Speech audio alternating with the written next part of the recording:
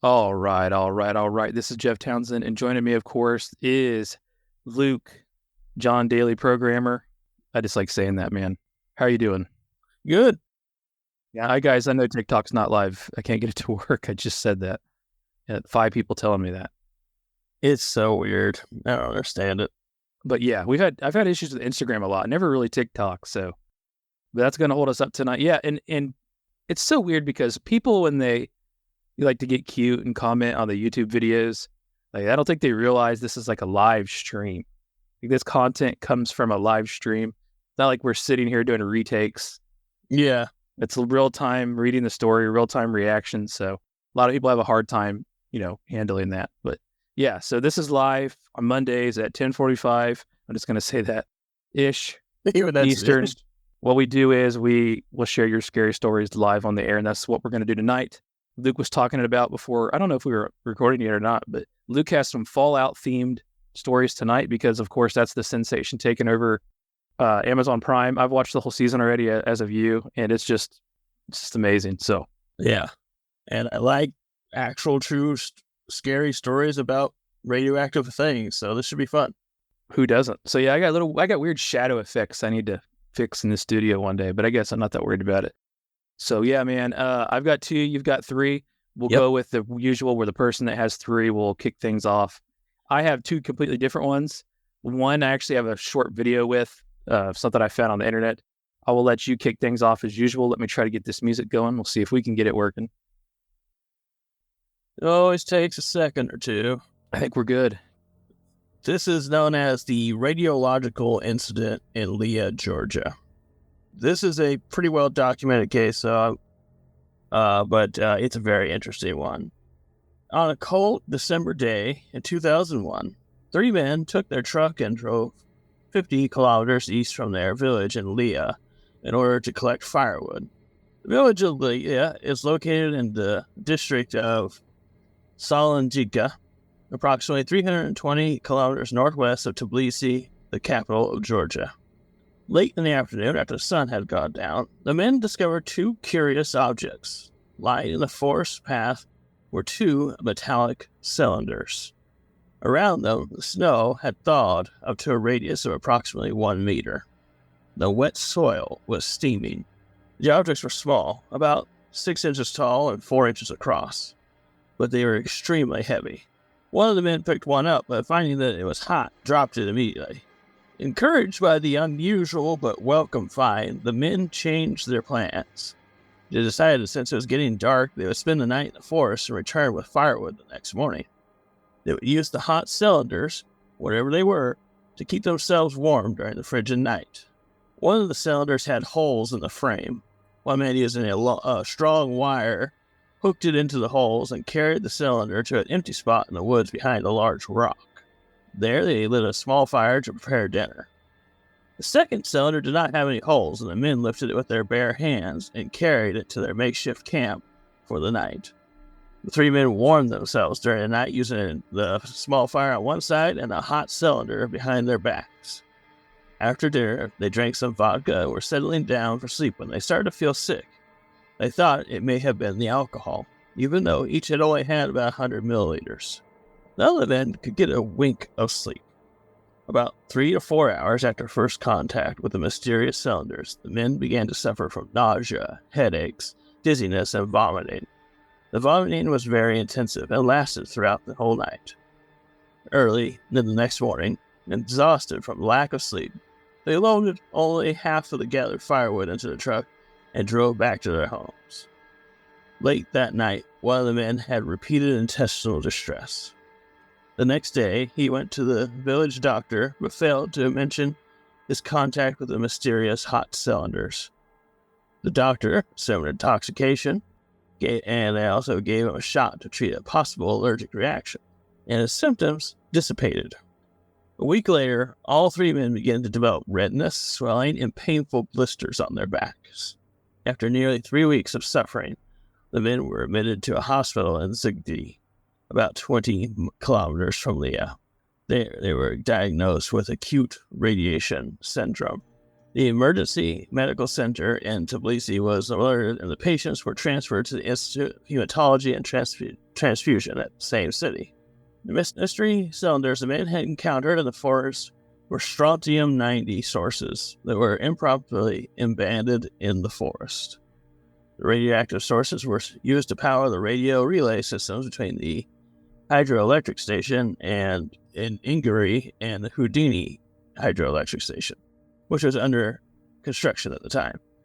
The block of strontium-90 was part of a radioisotope thermoelectric generator. It's also called an RTG, which is an electric generator that converts heat released by radioactive decay into electricity. They're used for low-power things such as satellites and space probes and things like that in remote locations. After construction of the second hydroelectric station ended, the radio system lost its function, and generators were left without supervision and control. By the end of the 90s, the generators were disassembled, and the radioactive sources were supposedly safely disposed, but apparently not all of them. Of the 8 sources originally installed, only 6 were cataloged. The 2 that were missing were the ones that were found by the 3 victims. One of the 3 victims' injury was minor. He was discharged after a month of treatment. One was taken to Paris for burn treatment, and he was released after nearly 1.5 years. The third was severely injured. He was taken to Moscow, where he required multiple skin grafts.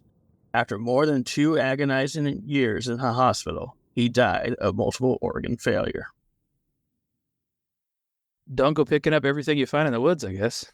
So when I first heard this story, I was like, wow, that's crazy. I imagine there was a lot of mysterious, radioactive sources that went missing during the fall of the USSR and everything like that. But every day in the United States, a radioactive power source of similar potency goes missing. Really? Yeah. So just about anywhere, a little tiny cylinder could be there, be massively radioactive. So when this happens, an angel loses its wings? Yeah, I would say so. Oh, yeah. Every time they lose a radioactive source, an angel loses its wings. What kind of area were they in, too? Like, this expedition they were doing? Getting firewood out in the forest.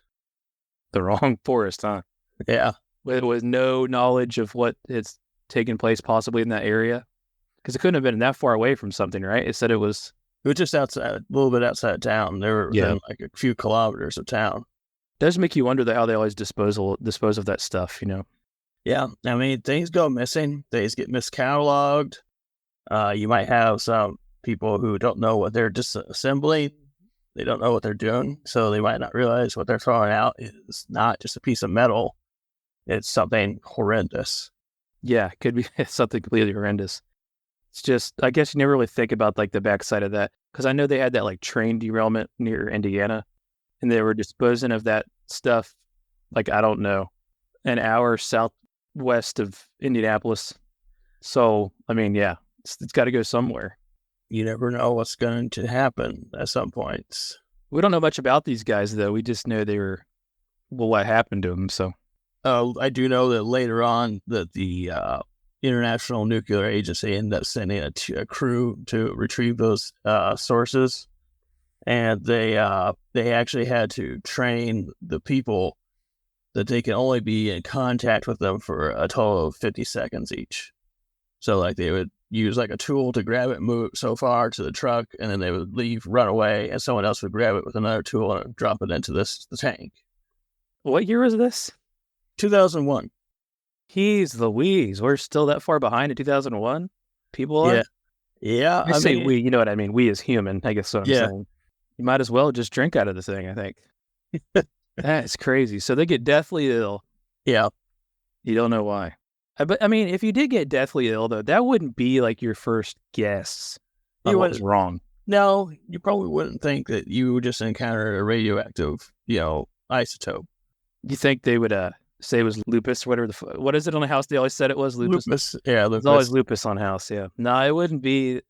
This is a pretty creepy one because, I don't know if I go like messing with things in the woods necessarily like that. There's a lot of things you can find out there. But you're talking like something the size of a coffee can. Yeah. So like you wouldn't think that would be something that would possibly kill 3 adult men just being around for a couple hours. These guys are just puking up a storm. Yeah. And they failed to mention, but you wouldn't think like, hey, I messed with this thing in the woods and that's why I got deathly ill. You'd think like you ate something or maybe like a tick got you or a bug or something. You wouldn't think it was like something that crazy.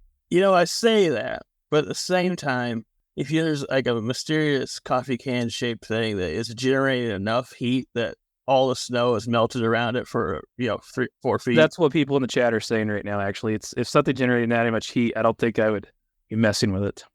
Yeah, because that does seem like there might be something up there. So that length of time, it was still doing that, still that melting the damn snow.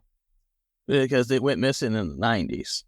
Jeez, so it's 2000. Yeah, wow, that's crazy. I'm gonna blame the Cold War. That's a pretty neat story. That's a good setup for the rest. Yeah. Is that easing us into the rest or? Yeah, because the next 2 are much more famous incidents, but they all both have 2 really neat stories of people who survived them.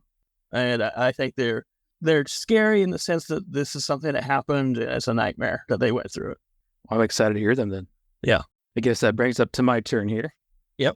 Okay, so WrestleMania, of course I watched it. So there's actually this story about something scary that happened to somebody WrestleMania weekend. Oh, nice. I'm excited about this. It's WrestleMania 40 scary story. This happened to me last Saturday. I'm college age, but for the 11th straight year, we continued the tradition of watching WrestleMania at my uncle's house. My uncle and I have bonded watching professional wrestling since I was a young child.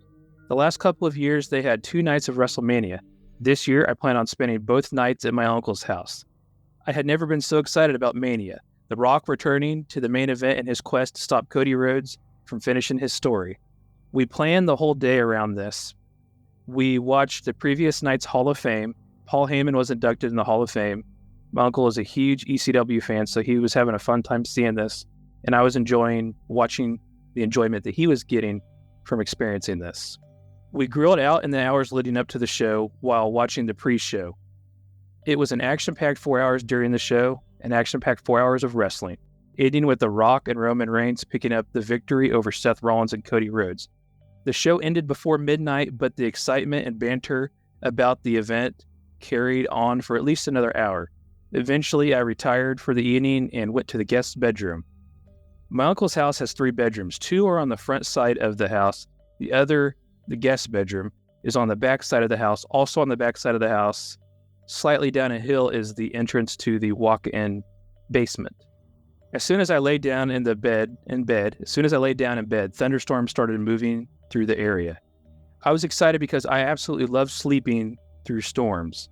The sound of the rain and thunder really helps me sleep. This proved true because it didn't take me very long to fall asleep. I woke up a few hours later. At first, I wasn't sure exactly why I woke up, but I realized I was hearing a strange banging, almost like a clanking sound, if that's even a word.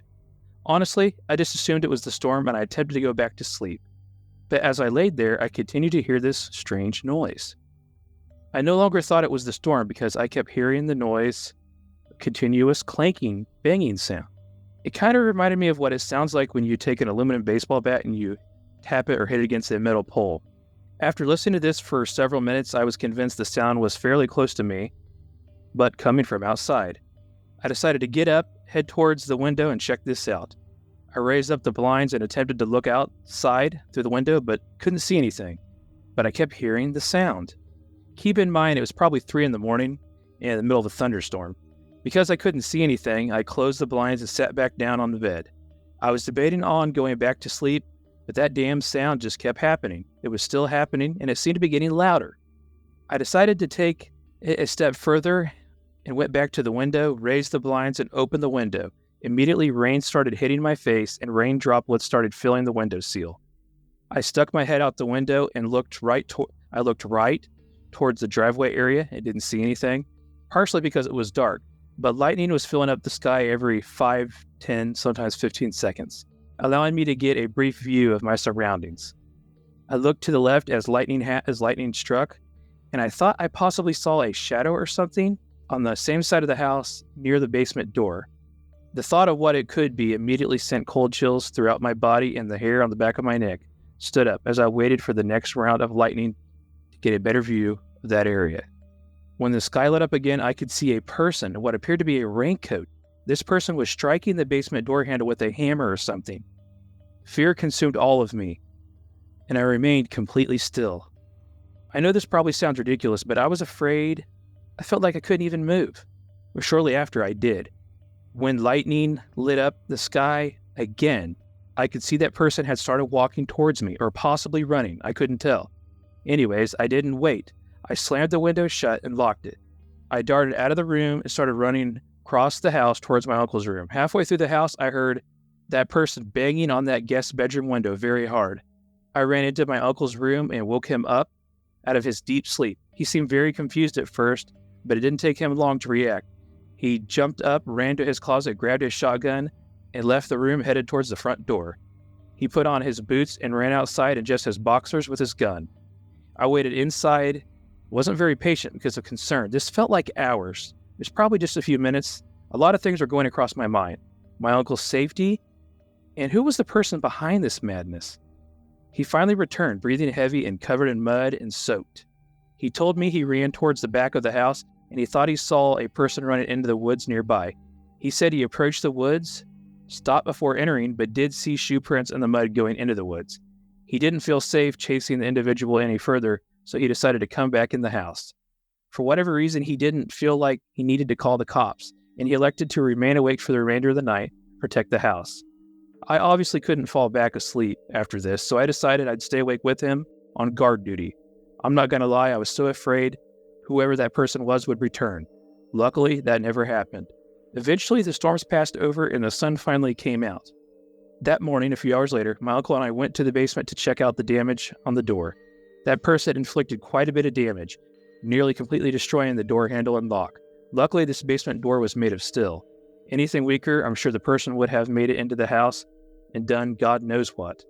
A few hours later, I decided I would go home to my parents rather than staying another night at my uncle's house.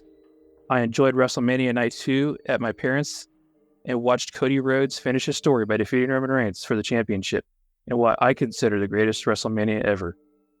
I have checked in with my uncle every day since, and he tells me nothing else has happened. I'm still confused and concerned about what that person's intentions were. That's crazy. That's really creepy. When I first read this, I was like, what is, like, I kept hearing clanking.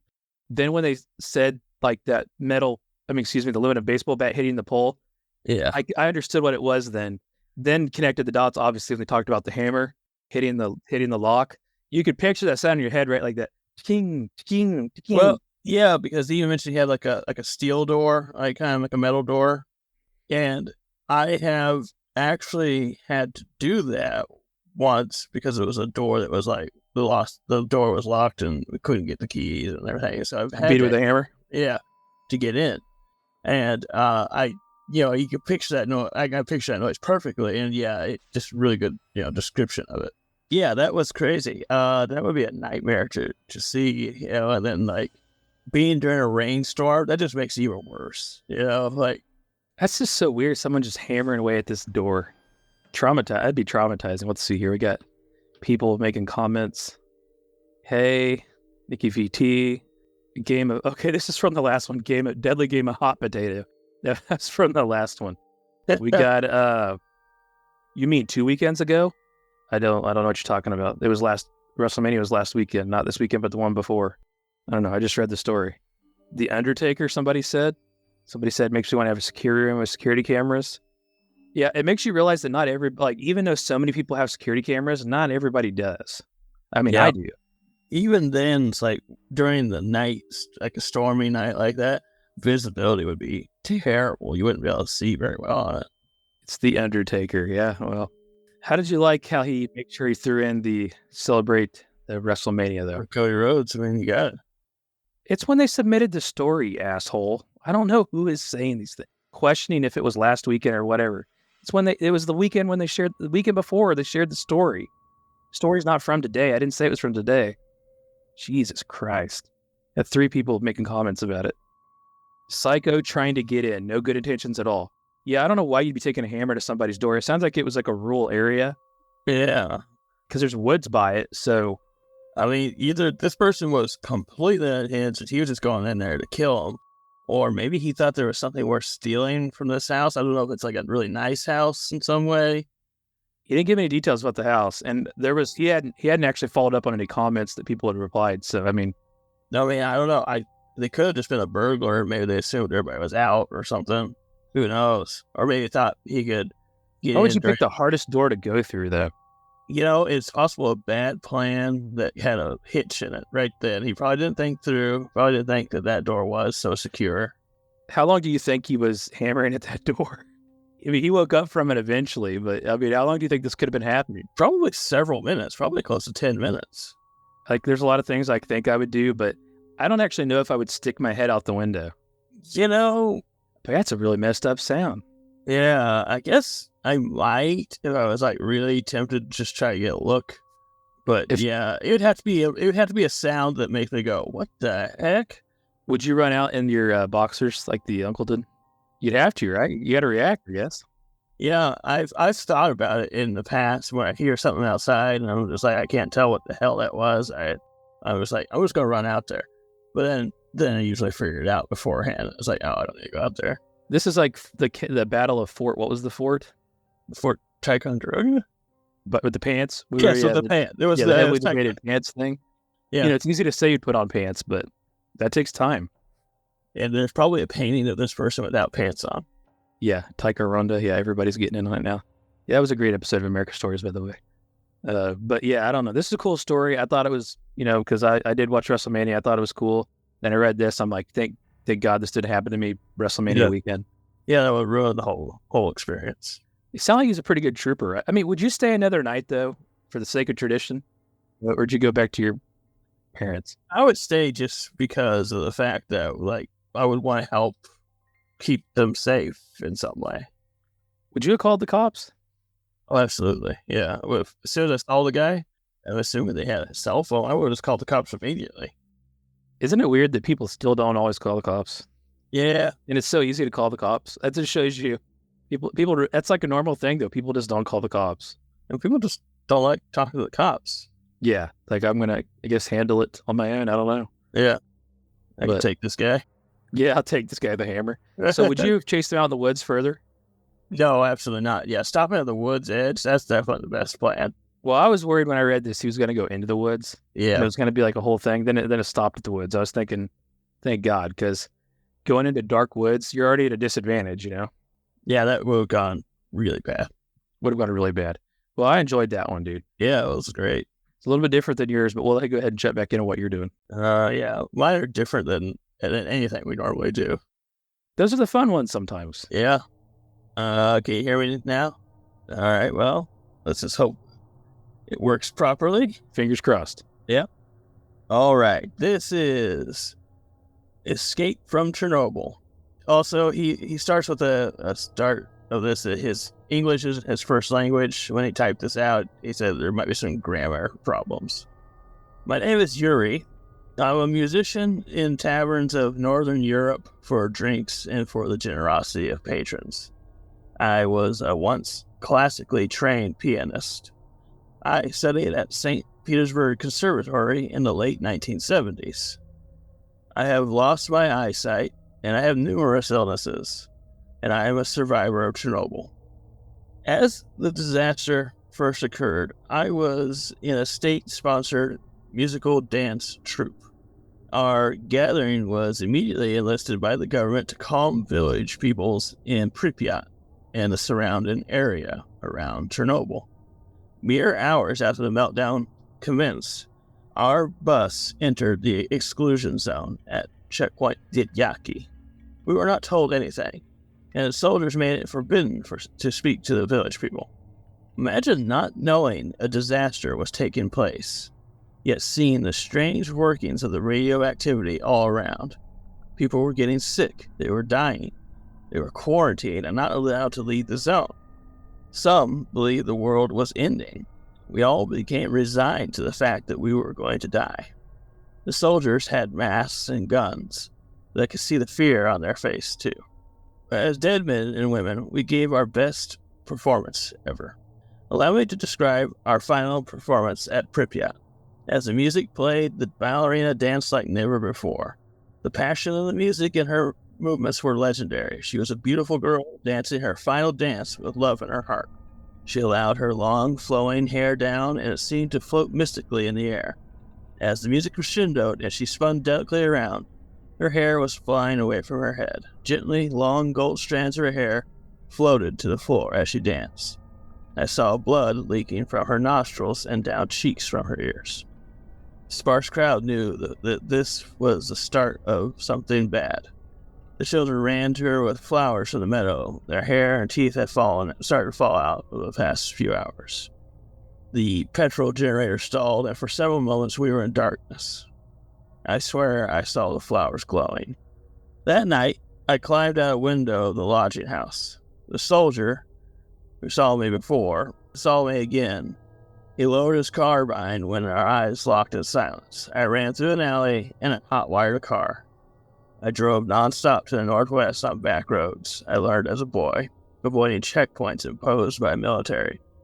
I siphoned gas from other vehicles in the night. I began losing my vision during the flight. And by the time I escaped the USSR, I was completely blind. And I'm the only musician who lived. That's pretty wild. A lot of comments in the chat asking why they kept playing, why they continued, why they kept playing. They were basically held at gunpoint. So they assumed that they were going to die. He just made a run for it at the end. That's crazy. How are these people alive still? Yeah, I don't know. It's really, really creepy. It's a creepy story. I'm not even, this is like your fucked up stories. Like, I don't even know what to say to that. That's crazy. Picking the flowers, like, so the person said English wasn't his first language, but when you start talking about the flowers and her hair flapping in the wind, and sure pretty crisp there with his language, I thought. I was kind of self-editing as I was going along. Okay. There was definitely some grammatical things in there that were like, okay, that's not the right word. I was going to change it for this one because this is the way it's supposed to flow. But yeah, there were a few things that I was like going, okay, here we go. People are asking who forced them to stay and why. The Soviet soldiers. They were not familiar, I guess, with the situation. Yeah, so they were in the area. They knew that this was happening, but they were kind of being pressed into keeping people calm while they were sorting out what was going on during Chernobyl's meltdown. And it was already too late for most people that were in the area. But you still, just like everything else in life, you still have these stories that come out of it, you know? Yeah. It's pretty fascinating. Yeah, it is. The whole Chernobyl meltdown is one of the more interesting stories of nuclear power gone awry. What year was that? I don't remember the actual year. This person's a survivor, though. They're obviously aged. Yeah. Thank God for the internet, you know? You'd just be relying on people writing stuff down and then somebody sharing it, you know? Yeah. Which still might be the case, but nevertheless, you can post it on the internet and get that experience from it. That's crazy, though. And that's just like one story of endless stories that are, we can classify them as messed up, scary, or whatever, you know? This one has a lot of similar things with my next one. So, like, I saw this one first. Oh, that's a good one. And then I found my next story. I was like, oh, this is the crescendo for the night for me. I'm just going to end off on this next story. So, these stories in particular, though, because, like, nuclear power is wonderful on many accounts, but wonderfully dangerous on others. So, like, you have to treat it with a respect that you don't even treat, gasoline with. It's like, we mess around with, petrochemicals like crazy, but nuclear power is so much more powerful that it's insanity to think of what can happen when something bad happens with it. But here's the thing, though. Like, you talk about that. It's not the nuclear power, right? It's a person that either makes an error or is handling this nuclear power that's behind it all. That's the scary part. It's not obviously it itself is terrifying, but it's the people behind it in this, and the Soviet Union during this time where there was a lot of mismanagement. There's still mismanagement today across the world. But there was a lot of mismanagement with how they handled, the reactors, how they handled their energy sources, such as those little thermal generators that those one guys ran into.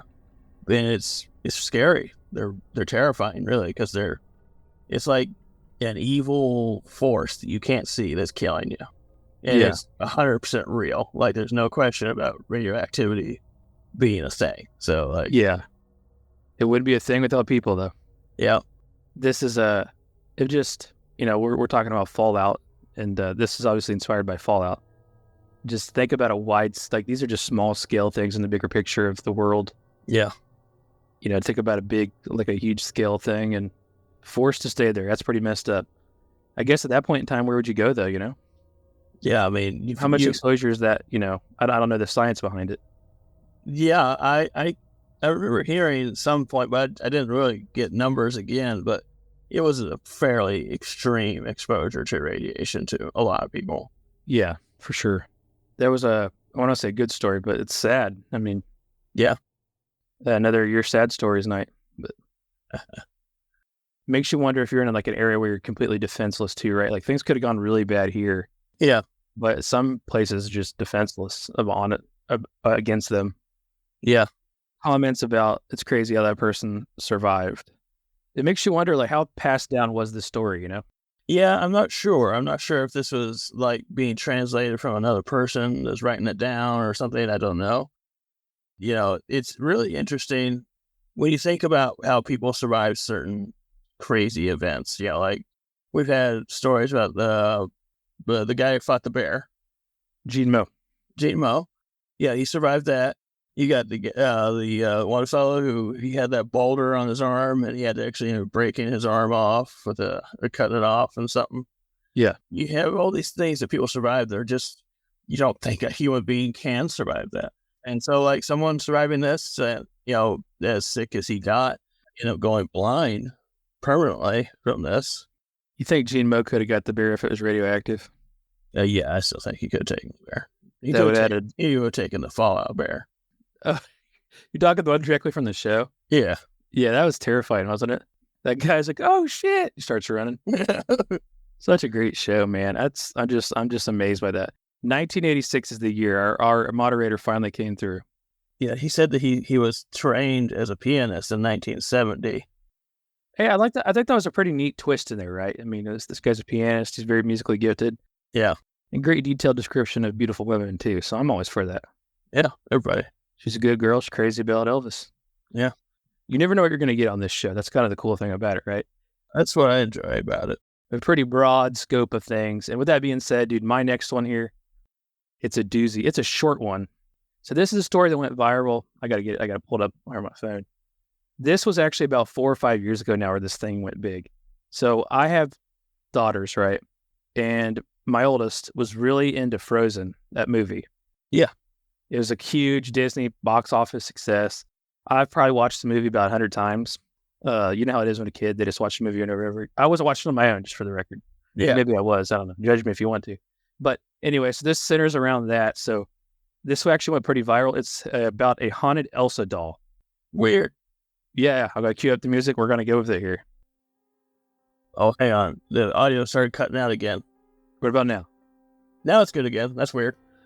So this is actually Clicked to Houston is the source here. It's a news company, news organization in Houston, Texas. I called it Haunted Elsa Doll, but this is actually the name of the article. They can't let it go. Haunted Elsa doll returns to Houston family after being thrown out multiple times. Here we go. This is from January in 2020. On Christmas of 2013, a Houston area girl was gifted an Elsa doll, and all was well, until it wasn't. The doll recited phrases from the movie Frozen and sang "Let It Go" when a button on its necklace was pressed. For 2 years, it did that in English, Mother Emily said. I think it's Emily Madonna, if I'm reading that correctly. In 2015, it started where it would change between Spanish and English. There wasn't a button that changed this. This just happened randomly. The family has owned the doll for more than 6 years and never changed its batteries. The mother says the doll would randomly begin to speak and sing even when the switch was turned off. In December 2019, the family decided to get rid of the doll. However, Elsa wasn't going to let this family go.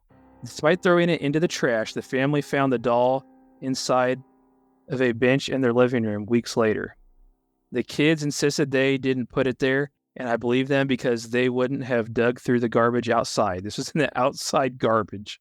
And it goes back inside into the bench. You know how you have like a storage bench in your house?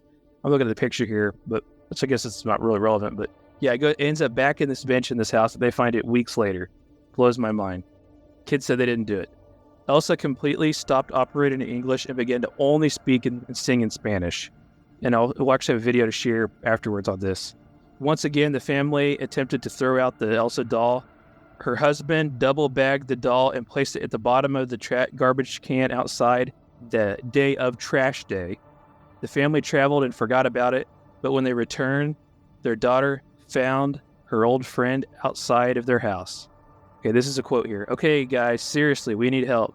To recap, for those of you who have not been following our Elsa doll saga, Matt threw it away weeks ago, and then we found it inside a wooden bench. This is her on Facebook. Okay, we were weirded out and wrapped this up and put it in the bag in the bottom of the garbage can outside on trash day, and put that bag inside of another bag and filled it with garbage on top of it, put it in the bottom of the can. So they went out of their way here. Great, right? We went out of town, forgot about it. Mom, I saw the Elsa doll get in the backyard. This is the first thing her daughter says when she gets home. This doll, and I don't know if you can see the picture here. This is okay. Let me try to show you my phone. This is between the, like, outside of the house, like the air conditioner's over here. So it's in between, like, the house here outside. So they get home from vacation and they find this doll out there. They left right before the trash was picked up, and this doll was wrapped away, all that. It's outside of their house when they get home back into town. This is crazy. When asked if she believed a prank was being pulled, she said the doll has some marker on her from my daughter coloring on her over the years. So I know that the doll that reappeared was the original and not the replacement. Most logical thinkers believe it's a prank, but I don't understand how or when it was done, especially because the garbage truck had taken it away. The family has made a final attempt to get rid of their doll, her daughter's old doll, but this time Elsa isn't going into the unknown. The doll was mailed without a return address to a family friend in Minnesota. If the doll comes back, I might have to open my mind to some more supernatural solutions, the mom said. Luckily, the doll was received by their cousin in Minnesota, and one last final attempt of this on Facebook. And now for the rest of the story. She made it to Minnesota and is taped to the brush guard of my brother's Jeep. If anything weird happens, I'm welding her to a steel pipe and sinking her into a lake in the woods. She also added that, okay, yeah, if you want to see this online, it's on Facebook. I'll put it in the show notes, but there's a lot added to it here as far as people's comments and stuff. But as of the last time this is updated, it's on the hood of family relative's Jeep. I do have a video of them messing with this doll when they found it outside when they got home. Just let me pause this music and pull that up. Ojalá jugáramos en la nieve todo el tiempo. Hacer magia con nieve juntas es muy divertido. A mi hermana Ana y a mí nos gusta jugar en la nieve dentro del castillo. Soy la princesa Elsa de Arendelle. Es increíble. ¿Jugamos otra vez? Nieve y hielo a brillar les ordeno. ¿No es divertido jugar en la nieve? ¡Qué bueno que somos amigas! Your thoughts on what I just threw a lot at you there. That was so weird. Oh, man.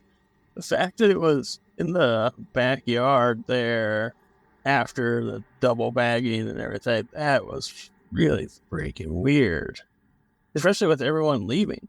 I think it's like strange they all left. Basically, yeah, they basically saw the trash truck take it away and left, yeah. Then they come back home from wherever and it was there.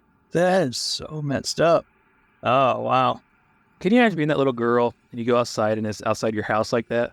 Yeah, that's really spooky. Now, if it was somehow, not a supernatural thing and it was someone trying to play some sort of messed up prank, that's really messed up to, kind of like scare a little kid. And you have to dig through a lot of trash to do this. Yeah, that's something like sort through the trash, dig through it. This is something that the hammer guy would try. The guy was trying to beat his way to the basement door. Yeah. No, I read this story and I was like, this is the craziest thing ever. Like, Yeah, but if this is like some sort of like Chucky situation, then they got some different problems on their hands. then you got a lot of professionals that have chimed in on this article and they said, well, it's probably not the doll that's haunted per se. It's something with your house. You should have got your house blessed, or however you want to phrase it. You have anything happen again? Like, there's people chiming in on the story. Like, something happens again, you need to seek professional help. But how did you feel about? So I guess there's a glitch where it could go to Spanish, right? Yeah, so it probably uses just a standard like microprocessor, and it probably has all the same languages that they produce the doll in, just so that they don't have to make more than one. They probably just have them all on there, and they probably set something on the inside of the doll to like go to a different language. And my guess is there's probably a button or something in there, but it's probably inside, so you're not supposed to be able to get to it. There is the outside chance that maybe something broke free in there and the button got smacked, but being tossed around or something. But the fact that it kept coming back, that's really weird. Does this explain for the fact they would do it when it was turned off? No, that's very strange. And also the fact that they said they didn't have to change the batteries ever. And that's a very weird wrinkle to the story.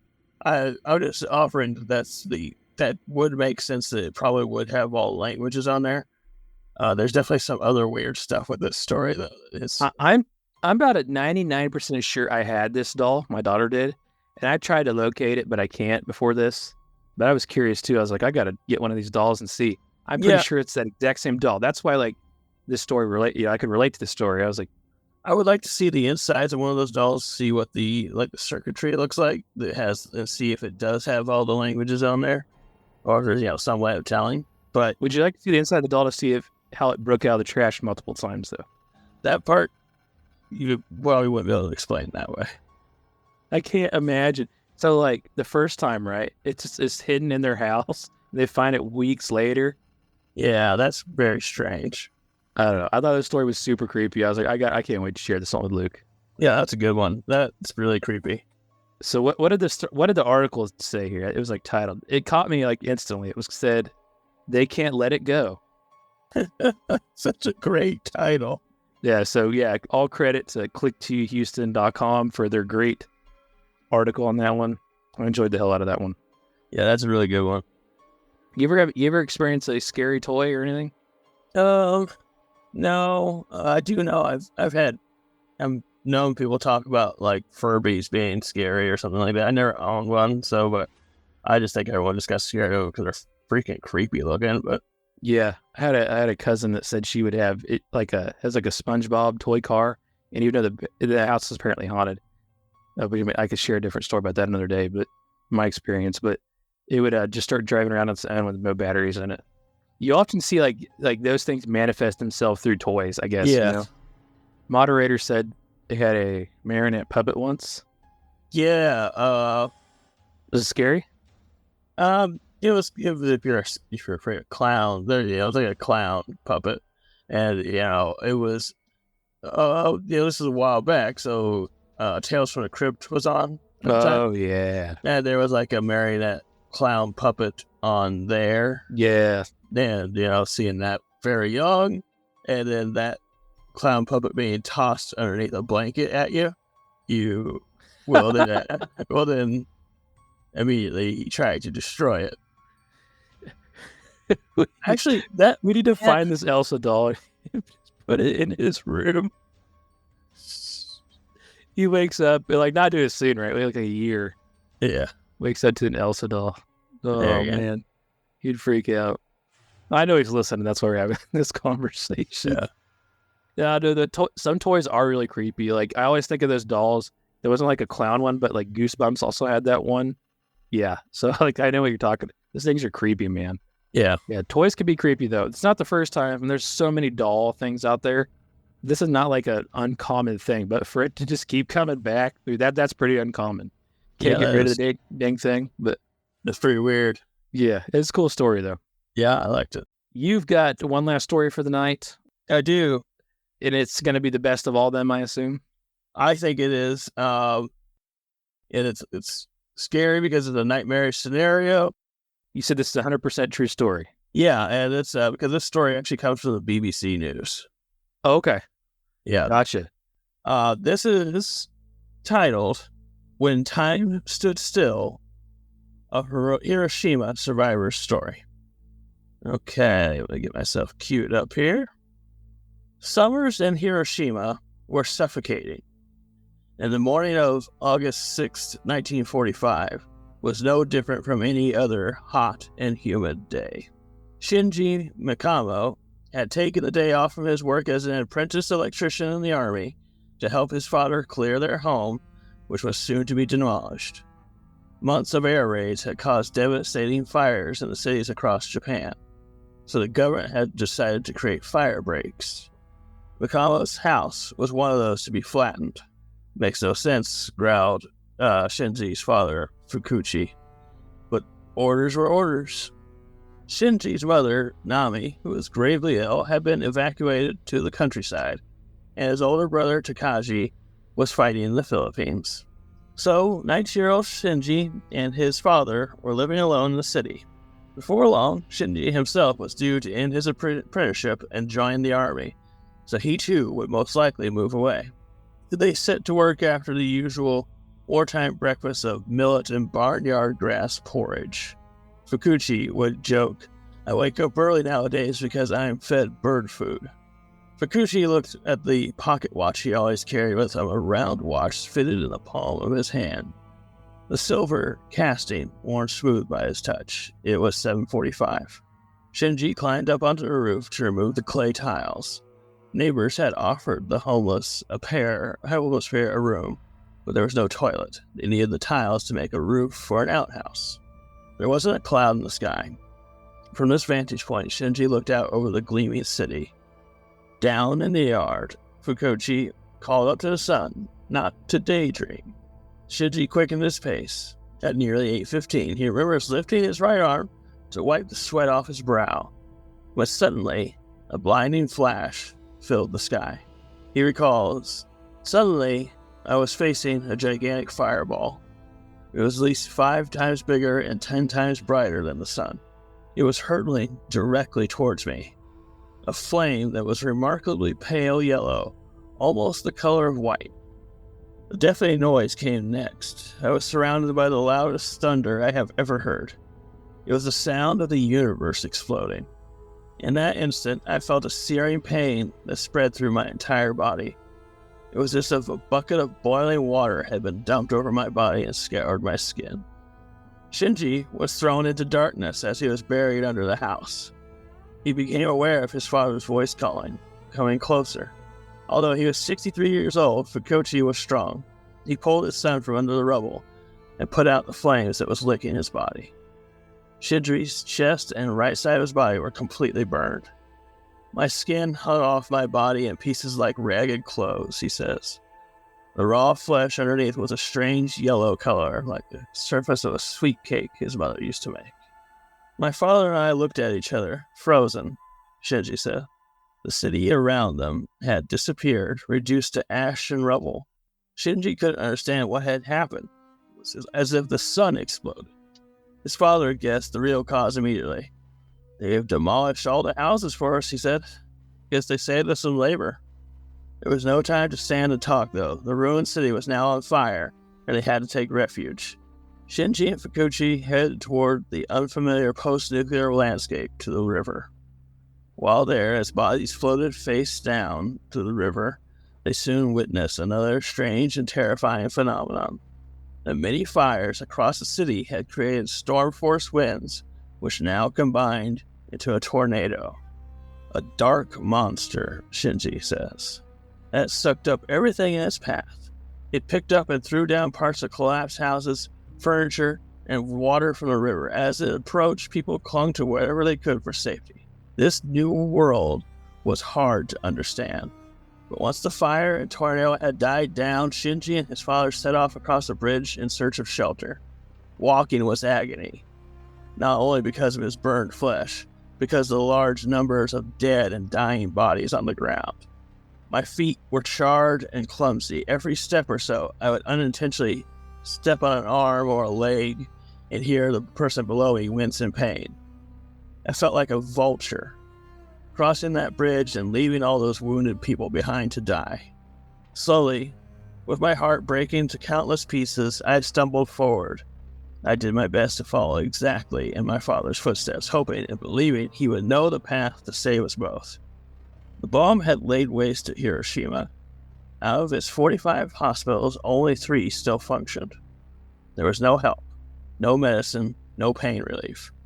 Fully exposed on the roof, Shinji had been only 3/4 of a mile from the epicenter of the explosion. Shinji attributes his survival mostly to his father's strength. Whenever he wanted to give up, Fukoshi scolded him and said, "Don't slip into weakness so easily. We have made it through the worst." With barely any skin left to protect him, a little Shinji's flesh scraped off with almost every step. When they were too weak to walk, he and his father would crawl instead. It took hours to cover short distances. He pleaded with his father to let him die, but Fukoshi was resolute. "You want to die? Don't say that word so lightly. As long as you stay alive, you will recover one day. The day will come, just a bit more to go." And eventually, they had a crucial stroke of luck. Returning again from the district where they had lived, they were recognized by Shinji's friend and fellow army apprentice. His name was Turo. As a civilian employed by the army, Shinji did have some privileges, so Turo was able to start pulling strings to get him evacuated for treatment. On the 9th of August, 3 days after the bombing, Shinji and his father were lying on the floor of a school in a village outside the city, along with dozens of other badly wounded people, when Shinji's thoughts turned to a disturbing incident the day before. As he and his father had made their way down to the Toshogo shrine, 2 soldiers had barred their way and told them to go back up the steps, an agonizing prospect. When Fukoshi protested, one of the soldiers spat in his face and told him to go to hell. In a society where the elderly were revered, this was deeply shocking, and yet Fukoshi had held it in his anger and turned away because staying alive was more important. It took them hours to make their way out to the back of the shrine, down a slope covered in prickly bushes and the splintered remains of wooden gate posts. Shinji cursed the soldiers with every painful step. Shinji just couldn't understand how the soldiers could have treated them like that. Consumed with anger and hatred, he turned to his father for an explanation. "They were demons, weren't they?" he said. "They were evil, maybe even worse than the American bombers." Fukoshi replied calmly, "We are in hell right now. It's no wonder that we are seeing demons." He reminded his son of the angels that they had come across, the neighbor who made the miso soup, Turo and his crucial intervention, the villagers who were attending to the wounded all around them. Shinji was forced to accept the goodness still existed. He fell asleep that night with tears of relief in his eyes. 2 days later, soldiers came to take Shinji to a field hospital. Father and son survived for 5 days, wandering through post-apocalypse Hiroshima. But now they had to part. Fukoshi's unwavering gaze followed his son as he carried him out to a waiting army truck. When Shinji arrived in the hospital, the wounds on his legs were now badly infected. He needed draining of pus and maggots. His greatest pain, however, came from bed sores caused by the days of laying on the ground. One morning, a hospital volunteer noticed him wincing and promised she would bring him some pillows from home. The hope he felt at her promise soon turned to anger and despair as he waited all day for her to return. And I felt hatred for this woman who had betrayed me so cruelly, he remembered. But then she did come back late in the evening with the promised pillows. She had been unavoidably delayed. The moment I saw her, my anger turned to shame. How could I have been so hateful in my thoughts? It was a turning point. He became determined to never make that mistake again. She was an angel, had returned to rescue me from my worst pain. She was also an angel who rescued me from the depths of my own anger. One morning, Shinji awoke to an unusual sight. The soldiers at the hospital were no longer wearing their swords. It was the 16th of August, a week after a second atomic bomb had dropped on Nagasaki. Japan had surrendered. The war had ended. Shinji was released from the hospital in October of 1945, a month earlier, and he had managed to send a postcard to his mother to let her know he was still alive. Now he went in search of his father. He found the ruins of their old home identifiable thanks to the distinctive patterns on the family's shattered rice bowls. Sifting through the charred remains, he made a heart-stopping discovery. A familiar round disc caked with dirt and soot. I clasped my hand around the metal mass and lifted my father's pocket watch from the debris. I recognized our house key attached to it. I turned the watch face up. The glass had been blown off, as had the watch hands. The metal was rusted and burned. The unimaginable intense heat had reached several thousand degrees Fahrenheit from the blast, had fused the shadows of the hands into the face of the timepiece, slightly displaced, leaving distinct marks where the hands had been at the moment of the explosion. It was enough to clearly see the exact moment the watch stopped. The watch had recorded the moment Shinji's world had been blown apart, 8:15. It stopped working at the very moment of the blast, forever marking that moment in time. Holding the watch in his hands, he suddenly sensed he would never see his father again. The thought hit him like another atomic blast, he says. Standing on the ruins of his home wearing someone else's clothes, he thought of the beautiful photographs taken by his father, a professional photographer. They were now ash beneath his feet. The watch was his only link to a family that had been wiped out. Although he didn't know it yet, his mother Nami had died a few days after receiving his postcard, and his brother Takashi had been killed in action in the Philippines. What happened to his father he never discovered. As an orphan of war, Shinji struggled to survive and find a place in society. In Japan, then, the harmony and connections of family were everything, says his daughter Akiko. A man without family was no better than a criminal. So when he sought permission to marry Miyoko, the sister of a childhood friend, her father said no. The couple were forced to elope. The watch remained Shinji's only family heirloom. He felt it contained a part of his father's soul. Yet, in 1949, when Hiroshima was officially designated an International Peace Memorial City, he donated it to the Peace Memorial Museum. I wanted the watch and my father's name to be widely seen and known as a reminder of both the destruction and the heroism that were displayed that fateful August day. Lots to unpack with that one. Yeah. Yeah, it just makes you realize how something so quick, like dropping that bomb, would be the devastation it would have, you know? Yeah. People's lives evaporated, even if they didn't die instantaneously. Never saw his dad again, really. No, not after he got taken to that hospital. His dad, was also severely burned and had, radiation poisoning, but he wasn't in the Army, so he didn't have the same treatment. Yeah, a lot of comments talking about be hard to comprehend the devastation of that. Your body and mind and everything would just want to tell you to give up, Yeah. That's what he said. Kept on saying, they'll let him die. But his dad said if he kept going, he'll be fine. And that goes on to, we were just talking about people surviving situations that you don't believe they should. This guy was 3/4 of a mile from a nuclear bomb. Tornado they described as crazy too. Yeah, and that's the thing, most people don't know that we're like the only country that has like a ton of tornadoes. And we're the only one that has these big ones, the ones that are dangerous. And so to see something like they've probably never seen that before. Something like that. I think it was actually a tornado, or was it from that somehow? It was the wind kicked up from that, that vacuum, and yeah, it was able to create that effect. Yeah. I wonder if that's like an actual documented thing. I don't know. It probably is. There's only so many times to document it, thankfully. Yeah, I asked that because, like, in American history, you always hear about crazy things happening, like when Washington was being burned down. Yeah. Like a tornadic, crazy storm moves through. It also happened in Dresden, when they firebombed Dresden. It was so fierce. The winds of Dresden were so fierce, it was ripping people up out of the ground and taking them into the firestorm. Yeah, I mean, that's just like what are the odds at the time of this? Or like in the Washington case where it helps put out the fire. Yeah. He even just said that they were in hell. Someone said they think it's called a firestorm. I'm going to have to look more into that. Yeah. Yeah, no, that is like hell. That is like the very definition of hell. It is. In my opinion. Skin is peeling off his feet as he's walking. And crawling. They had to take breaks. I wonder what the whole area was that they covered even.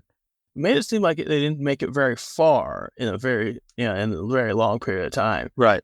because they were just outside of their neighborhood, basically, or just a little bit past it when they finally met that guy. So, like, they were probably a mile.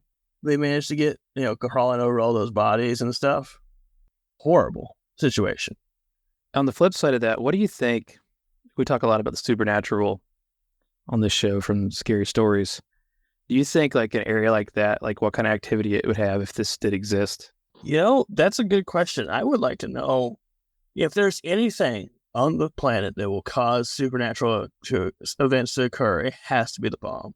Just the devastation from it, you'd think. Devastation, the sheer energy release, that it's so unwieldy and, unnatural. You would think that if that was going to happen anywhere, it would be there. And I want to know, like, but at the same time, you kind of got to treat it with respect. Like, you wouldn't want to be, barging in there and say, I want to go ghost hunting in Hiroshima. You'd be a horrible person. So maybe a lot of people aren't going there just because they're worried about the way it would look. But I am curious, like, do people who live there now, because people live there, and I want to know, did they see anything? It's not necessarily a culture that talks about it too much either. You're not supposed to really mention that stuff. So, like, speaking of mentioning stuff, can you imagine the thumbnails that Jack has to make for this episode? Oh yeah, we did not take it easy on them. Yours are going to be more normal.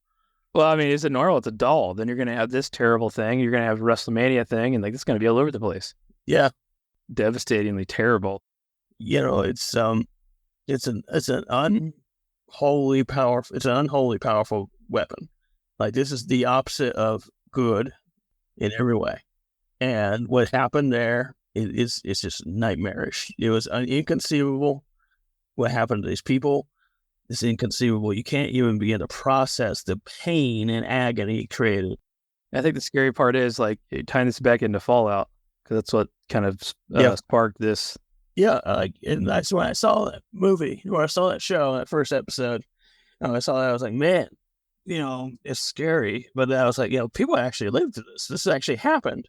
And then when we started talking about stories, and I was already on the thinking about it. I was always like, I'll look to see if I can find the stories. And I found that one. I was like, oh my God, this is the best one. It's a little bit longer. It's not necessarily a scary story, like I said. Pretty scary. I mean, it's a scary situation. And yeah. It's probably the worst situation anyone could be in. He survived. He lived until very recently. I think it was 2014, 2015 when he passed away. So it's crazy. Yeah. All because his dad just kept him going on, man. Yeah. That's a really historically neat story. I'm sure there's so many out there. I think his dad's the only person who could take Gene Mo in a fight. That's crazy. I don't know. Well, man, I don't have anything else to say about it. I'm just kind of pondering. I'm going to be thinking about this. See, when this happens, I tend to, like, get on my phone. I'm laying in bed. I start looking stuff up. Yeah. This is definitely what's going to happen because of this conversation. There's one guy, at least one guy that I know of, who survived both bombs. Oh. He was in Hiroshima, and he lived in Nagasaki. And so the bomb went off, and he was flung against the building, and he didn't die, obviously, but they had to take him to his county's hospital, basically, like the hospital near his home. And he was in his hospital bed when the bomb dropped. Jeez. How far apart were they, the bombs being dropped? I think it's like 6 days, something like that. Jeez. This guy's like, man, I get over there, then it happens there. That's insane. Yeah. Then he survived that one, though. He lived on to old age. So, like, it's just like some people. No rhyme or reason, it's keep going. Maybe there's a rhyme or reason. I don't know, but it seems completely statistically not possible to survive both of them. So, man, let's segue out of this. Let me find a clip for us to watch, then we'll come back with the story that we like best in the night. See what I can find. You got me walking on eggshells with this one. I had a planned one, but I'm not going to go do that. So I can't find it, then I'm going to have to do it. We just got to mock. Be careful. No, nothing like that. Nothing like that at all. Never, ever. Okay, I'll just go with this one. I don't know. All right. The other one is too lighthearted. It'll be for next time. Okay.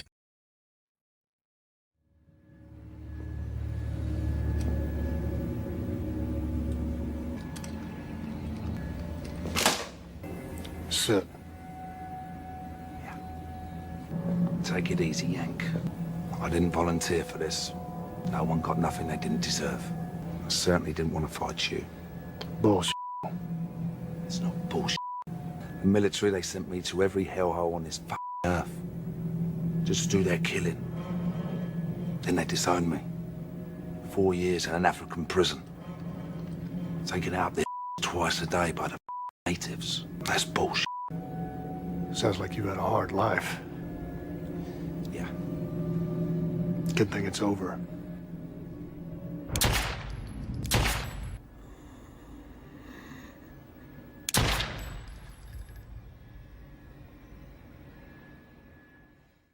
There wasn't really an appropriate one to use after you set the stage, but it's better than what I was going to do. Trust me. Yeah. The editing on that's so weird when he shoots him. I don't know, like his face, like. Yeah. I kind of edited around it too, so it wasn't quite as like. There were probably several more shots. He's like so shocked. He shot him. I don't know, Yeah. so weird. Somebody said, "Hit him with the good thing. It's over." Yeah. You were watching this movie for the first time. Oh yeah, I liked it. Yeah, it's a I very feel like- underrated movie. I feel like Stone Cold kind of got screwed as far as like his movies go. Like, you know, as after that you got like The Rock and John Cena getting like a million movies, right? Yeah. But I don't feel like Stone Cold Steve Austin was any lesser of an actor than those two. That actually was I thought that was a pretty good movie. I think he just didn't get his niche. Like, you know, John Cena went with like action comedy. Yeah. And he The became Rock's kind of everywhere.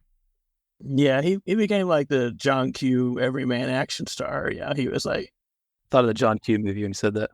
I like that movie. Yeah, it's That a really was- good movie. it's Anyways, a- The Condemned, great scene there. What a terrible, vicious guy he was in that movie, that Vinnie Jones. yeah, he is. That's actually one of the movies that made me really like Vinnie Jones, though. I Yeah, thought- he does an amazing job in that movie. And plus, your nephew really had that tearjerker of that last scene. yeah, he did. That Nickelback song comes on. I'm falling.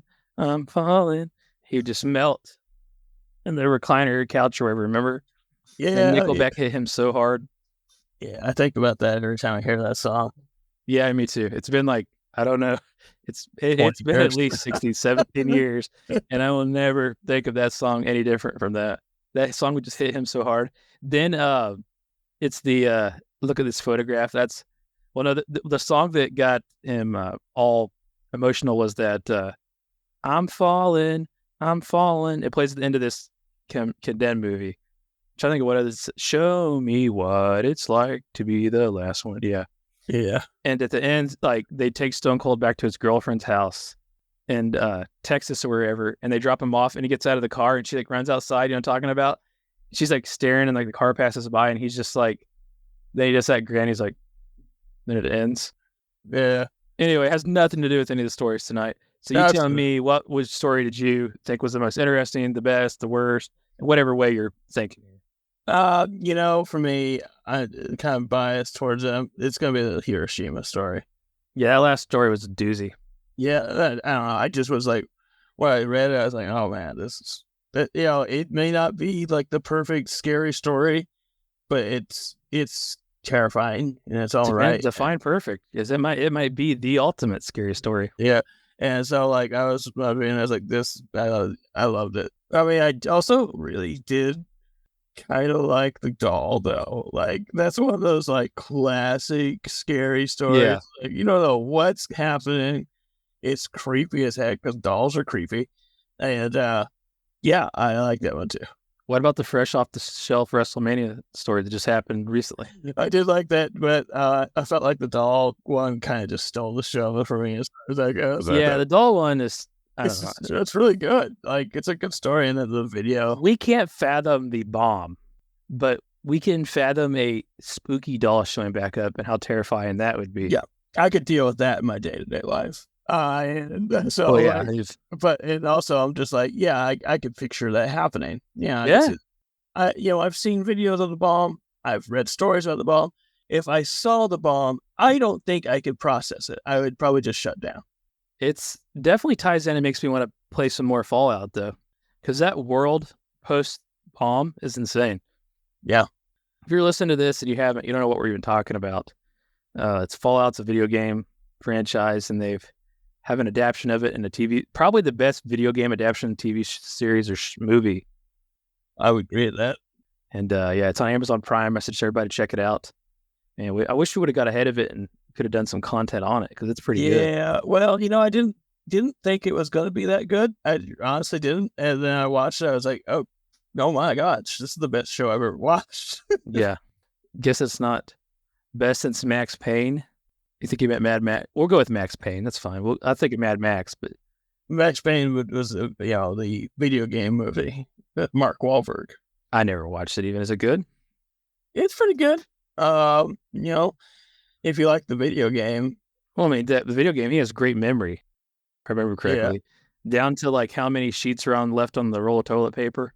Yeah, he's very Mark Wahlberg-y in this, but it's pretty good. I'm gonna have to watch it now. We've played a lot of the video game though. I know that. Yeah. We used to always talk about how detailed it was. Remember? Yeah. I remember 2.3 steps forward. Yeah, he remembered. His ability to recall information is just through the roof.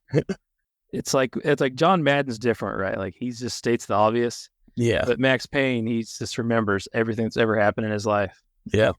And describes it all. He does. Well, man, another great night of stories. Yeah. Had a little bit of mix of everything. I think it was a good mix, though. Like, had the more serious things. You had a couple of lighthearted things in there that I brought to the table. So I thought it flowed really well, and I hope people enjoyed it. Yeah, me too. I'm looking forward to, another week of, looking for other stories. I'll probably go with something a little more traditional next time, a little less serious and sad. Yeah, this is one of those that's going to take its toll on me for a few days. Yeah. You know what I mean? Some of these stories are like the Joplin tornado one. That was one I was like, damn. That was hard to get through. Like it was like just hard listening to all that stuff, and it was like, oh, this is gonna be a rough night. Yeah, even the Howard Stern thing was like, this is messed up. I thought about it for days. That was so creepy. And this is gonna be another one where I'm gonna think about it for quite a while. So anyways, I think that's kind of information. People need to hear those stories though. Those are important parts of history. So yeah, I'm glad we got to share that with people today. If you liked what you heard, or you like some more of the traditional stuff, we have a good mix of everything at yourscarystories.com.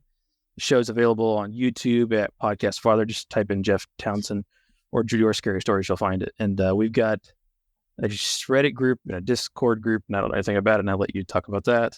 Reddit is Share Your Scary Stories.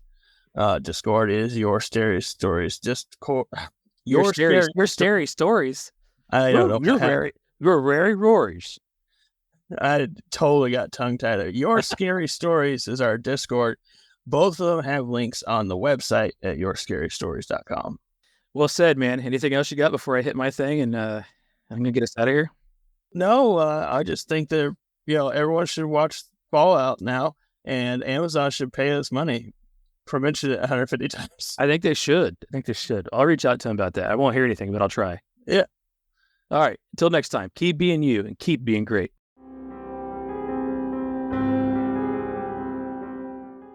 Jeff Townsend Media. CG, good night. And the question is, do I stay here? Will you be back? Are you gonna come back? Will you be back? Are you coming back?